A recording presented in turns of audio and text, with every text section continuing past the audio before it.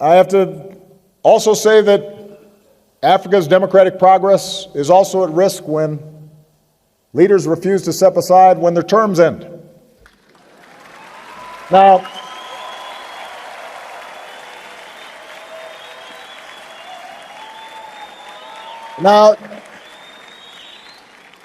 let me be honest with you. I do not understand this.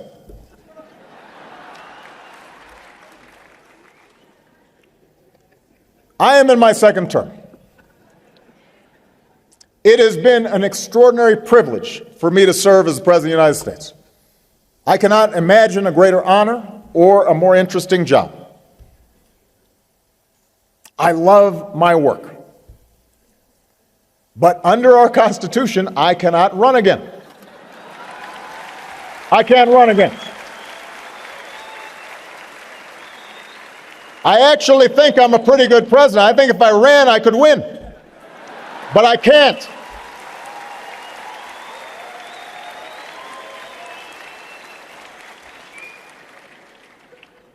So there's a lot that I'd like to do to keep America moving, but the law is the law.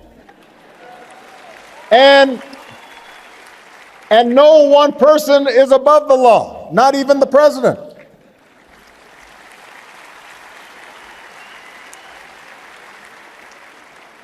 And I'll be honest with you, I'm looking forward to life after being president. I won't have such a big security detail all the time. It means I can go take a walk.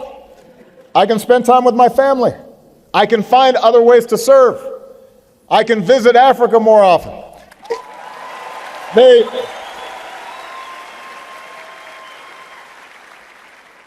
point is, I don't understand why people want to stay so long. Especially when they've got a lot of money.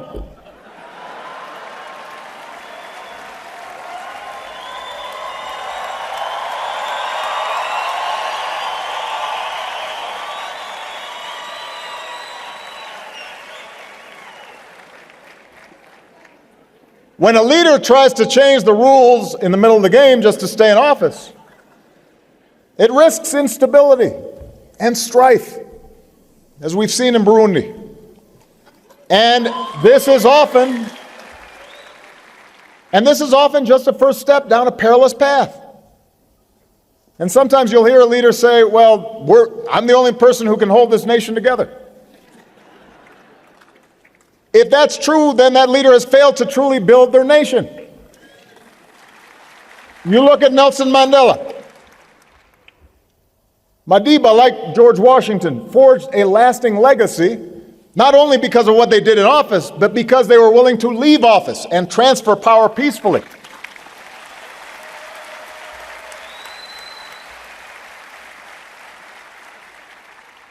And just as the African Union has condemned coups and illegitimate transfers of power, the AU's authority and strong voice can also help the people of Africa ensure that their leaders abide by term limits and their constitutions.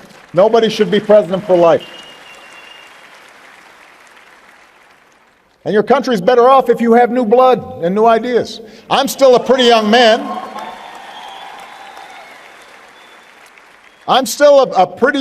But I know that somebody with new energy and new insights will be good for my country. It will be good for yours too in some cases. When the people protest, I say, go ahead and protest. Make it known that you're angry. And I love to see angry people. Because the most honest people on the face of the earth are two categories. People when they are drunk, people when they are angry. They'll tell you what they think. Not when they are in church praying. No, those ones will not tell you the truth. The people who will tell you the truth are angry people, drunk people. They don't sugarcoat. They'll tell you. And so those are the people I always want to hear. When they are angry and marching and protesting, as long as they are not breaking anything and breaking the law, I'm happy. But they must also understand the constraints within which we operate, the plane of reality within which their complaints are to be attended to. We have to do it. Good morning to you all. It is an honor to address this distinguished gathering at the 2026 International Business Conference.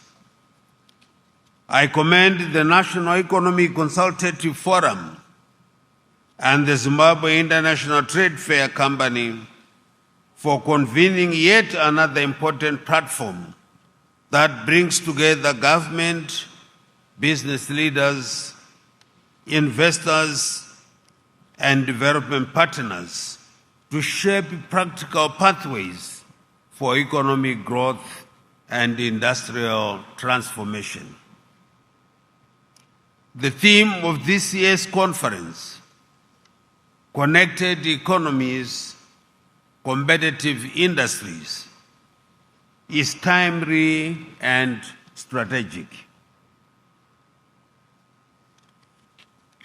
It reflects the realities of a rapidly changing global economy in which competitiveness, innovation, resilience, and collaboration have become the key detriments of national success.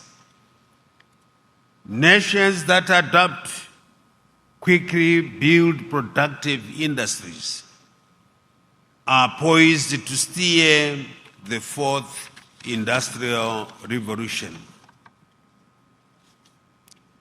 As history reflects, Africa, including Zimbabwe, did not fully participate in the benefits of the first three industrial revolutions. The legacy of colonial extraction and structural exclusion constrained the continent's chance, not merely to catch up, but to lead, driven by technology, investing in skills, promoting research and innovation, building competitive industries, and advanced production systems. As we engage today, we must recognize that we are actively shaping the architecture of a modern, industrialized, and globally competitive Zimbabwean economy to lead Africa in the fourth industrial revolution.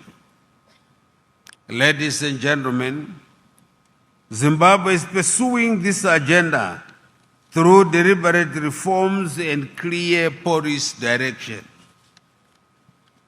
Our National Development Strategy 2 provides the framework for accelerated industrialization, private sector expansion, infrastructure modernization, and creation through key policies, including the Zimbabwe National Industrial Development Policy and the Consumer Protection Policy.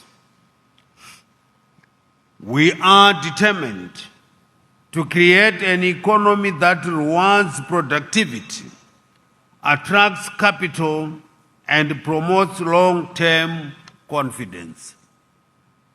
In that regard, government remains committed to policy consistency, fiscal discipline, the sanctity of contracts, protection of investments, transparent regulation, and continuous improvement in the ease of doing business.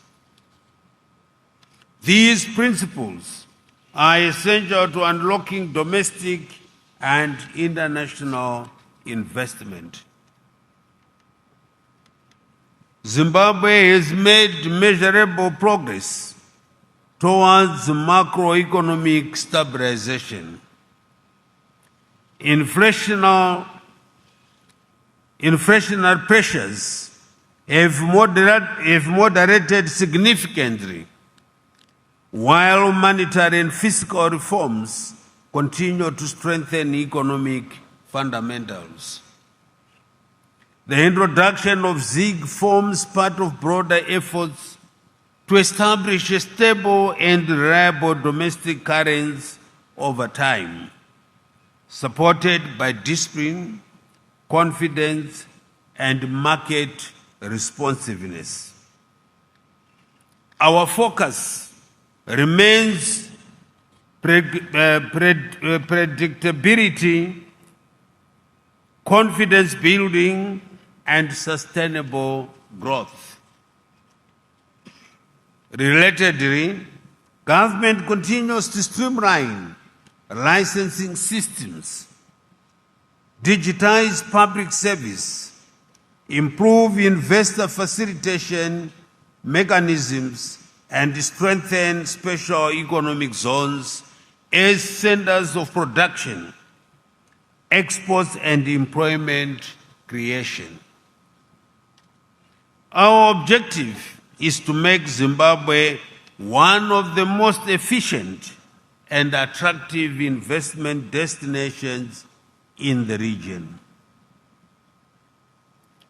The mining sector remains one of the strongest pillars of our economy and a major driver of exports, industrial growth, and foreign currency generation. It contributes approximately 14% to gross domestic product and accounted for over 70% of export earnings in 2025. The sector is currently experiencing renewed momentum, driven by increased global demand for strategic minerals such as lithium and chrome. In light of these trends, our policy direction is clear. Zimbabwe will no longer export its resources in raw form without deriving maximum value.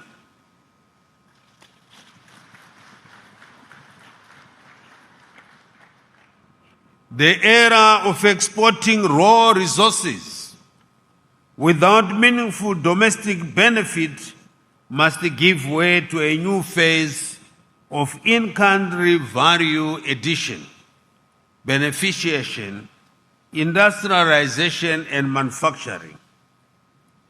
We therefore welcome investment into mineral processing plants, refining capacity, engineering services, equipment manufacturing, logistics, and downstream industries linked to mining value chains. We are also strengthening collaboration between industry, universities, and research institutions so that innovation, skills development, and applied sciences directly support national production systems. In that regard, the National Mineral Research Center and the University of Zimbabwe will serve as primary hubs for a variety of minerals, including lithium, rare earth elements, and uranium. In addition, the National University of Science and Technology and Great Zimbabwe University will focus on the platinum group of minerals and battery minerals. Analytical oversight for iron ore, chrome, vanadium will be provided by Midland State University, while Manicaland State University will host the Diamond and Gemology Suite. Chinhoyi University and Bindura University will specialize in industrial minerals. phosphates, and graphite, with the Zimbabwe School of Mines dedicated to training the future workforce. Gwanda State University will cater for the Matabele South clusters, zeroing in on geology and beneficiation solutions tailored for artisanal small-scale mining sector. All this would ensure that our institutions of higher learning become centers of industrial solutions, technology development, and enterprise incubation.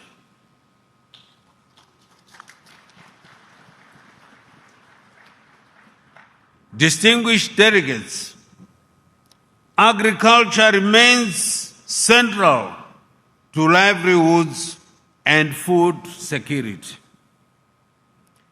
exports, and agro-industrial development. Recent seasons have demonstrated the resilience and potential of our agricultural sector, supported by improved productivity, irrigation expansion, mechanization, and targeted policy interventions. Yet our greatest opportunity lies beyond primary production. It lies in agro-processing, packaging, storage, logistics, and export market development. Tobacco, cotton, wheat, maize, horticulture, livestock, citrus, coffee, tea, and oil seeds all present strong commercial prospects when linked to manufacturing and value addition. Tobacco production is projected to exceed 400 million kilograms this season, compared to 355 million kilograms registered in the 2024-25 tobacco marketing season. Therefore, government is prioritizing agro-industrialization through initiatives such as Tobacco Value Chain Transformation Plan, which targets investment in processing and increasing manufacturing capacity. This entails the establishment of cut rag facility, coupled with the 100 million cigarette manufacturing plant with capacity to process 3,000 tons of cut rag per month and produce up to 600 million cigarettes. At the same time, the rapid growth of horticultural exports, particularly bluebell exports, have grown significantly from 1 million in 2018 to over 50 million in 2025. This confirms that Zimbabwe can compete successfully in premium international markets. Just this last Tuesday, yesterday, Honorable Minister of Agriculture was telling Cabinet that we have no competition. Those that compete with us produce at different seasons with us. And the Honorable Minister of Agriculture's plan was endorsed by Cabinet, and we want to grow that area rapidly.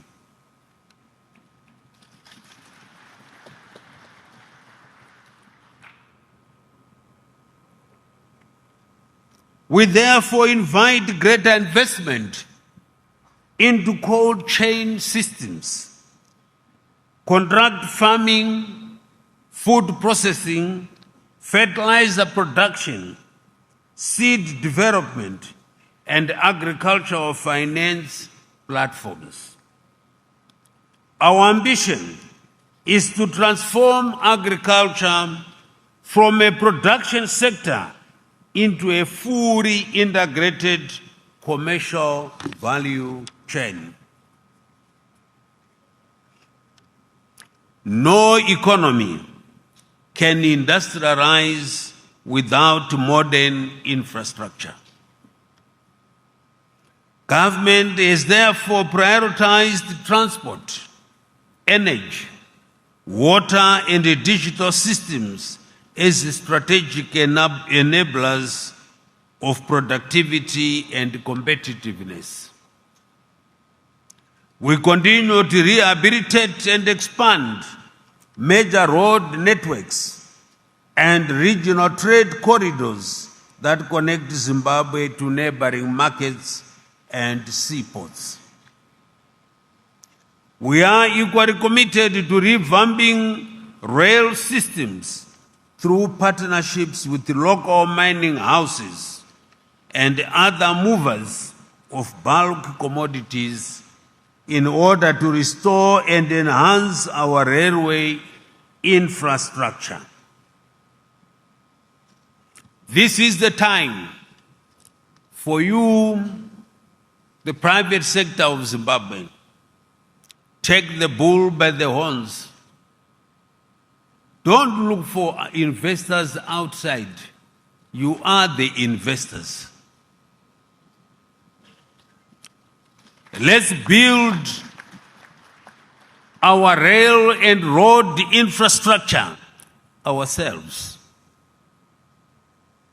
Let's connect the whole region and the continental Africa Free Trade Area, that everything passes through Zimbabwe. Yes, you can do it.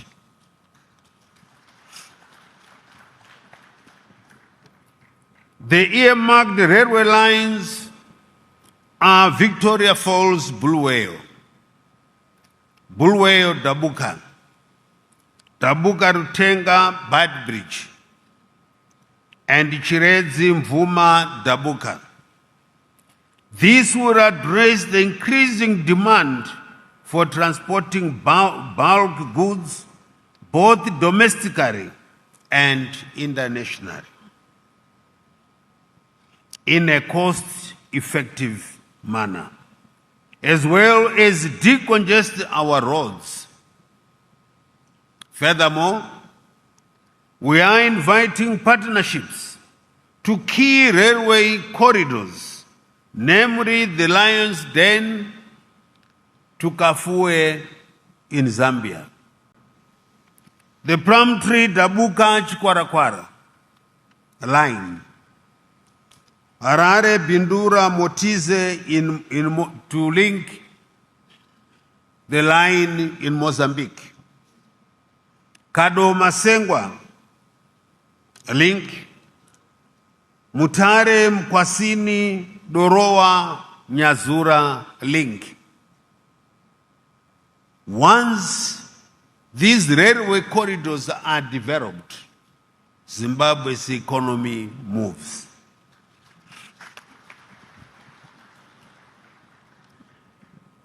On water infrastructure, dam construction, irrigation expansion, and water security management projects remain central to long-term agricultural and industrial growth.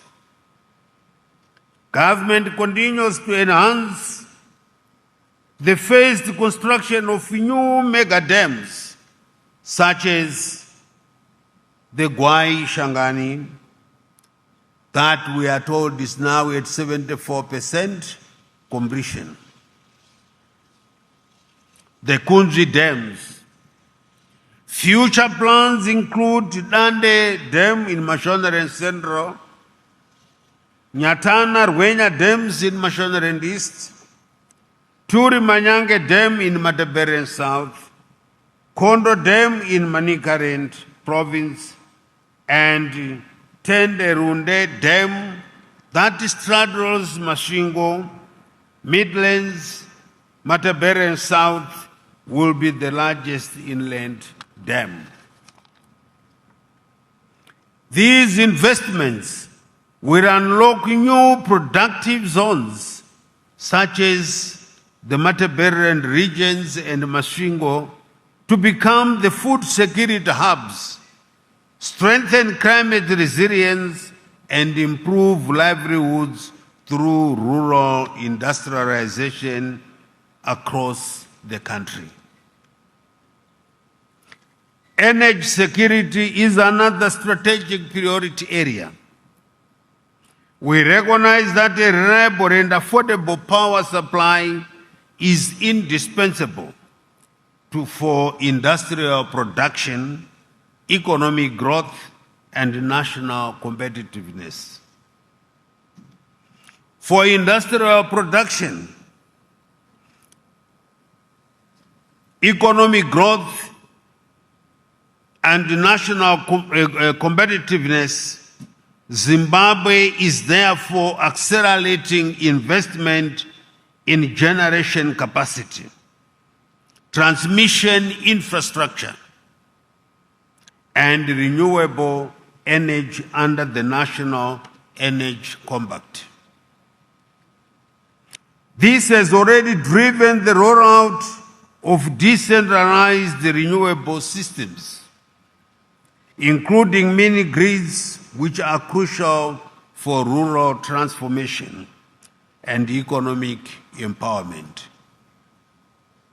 In addition, we are advancing strategic regional cooperation through hydroelectric projects such as Batoka Gorge. We are inviting the private sector to partner with government in expanding the national energy base. Given our strong solar potential, hydro assets, and mineral endowment, we see significant investment opportunities in independent power production, captive energy systems, and clean energy industries led by both local and international investors. Ladies and gentlemen, manufacturing must become a stronger engine for national growth. A robust industrial base creates jobs, strengthens supply chains, increases export, and reduces import dependence. Under this pillar, government is revitalizing the domestic automotive industry through a strategic partnership between Wirraville Motor Industries and Ashok Leyland of India to produce custom-built buses designed for the Zimbabwean terrain. Bus kit production is expected to commence in Harare towards the end of this year, enabling continuous local assembly at Wirraville Motor Industries with an initial target of 50 buses for the domestic market. We want to reopen industry and start assembling the 50 buses. Once that begins, we then go in full throttle.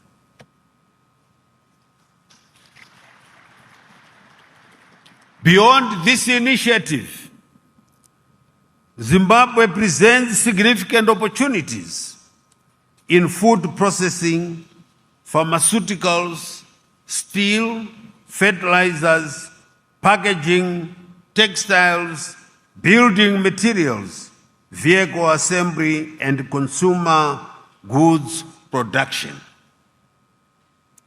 We invite investors to partner with the local enterprises in retooling factories, modernizing production systems, improving standards and expanding export capacity.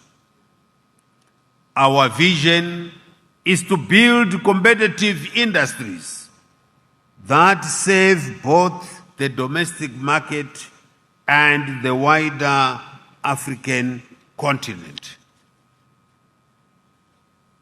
It's of no use to run a manufacturing entity or an industry with 20th century technology. We will not achieve anything. We need to retool so we can become competitive. The digital economy also presents immense opportunity. Zimbabwe has a literate, youthful, and innovative population capable of driving technology-enabled growth. Building on this strong human capital base, Zimbabwe government is advancing a comprehensive 2026-2030 national artificial intelligence strategy anchored on innovation, productivity, inclusion, ethical governance, and skills development. Through this strategy, alongside our broader digital transformation agenda, we seek strategic partnerships in software development, fintech, business process outsourcing, data services, and cybersecurity, smart agriculture, e-commerce, digital public infrastructure, and innovation hubs. Our objective is to position Zimbabwe as a competitive regional digital services and technology destination, while ensuring that innovation translates into jobs, enterprise growth, and improved public service delivery. Tourism remains another high potential sector. Zimbabwe is blessed with world-class attractions, rich culture, wildlife heritage, and warm hospitality. We are positioning our country as a leading destination for leisure travel, meetings, incentives, conferences, and exhibitions. We do not take it lightly that Zimbabwe was recognized by Forbes magazine as the best destination for 2025. And that the Minister of Tourism and Hospitality Industry, Honorable Barbara Rosie, was named the Tourism Minister of the Year Africa in Berlin, Germany this year.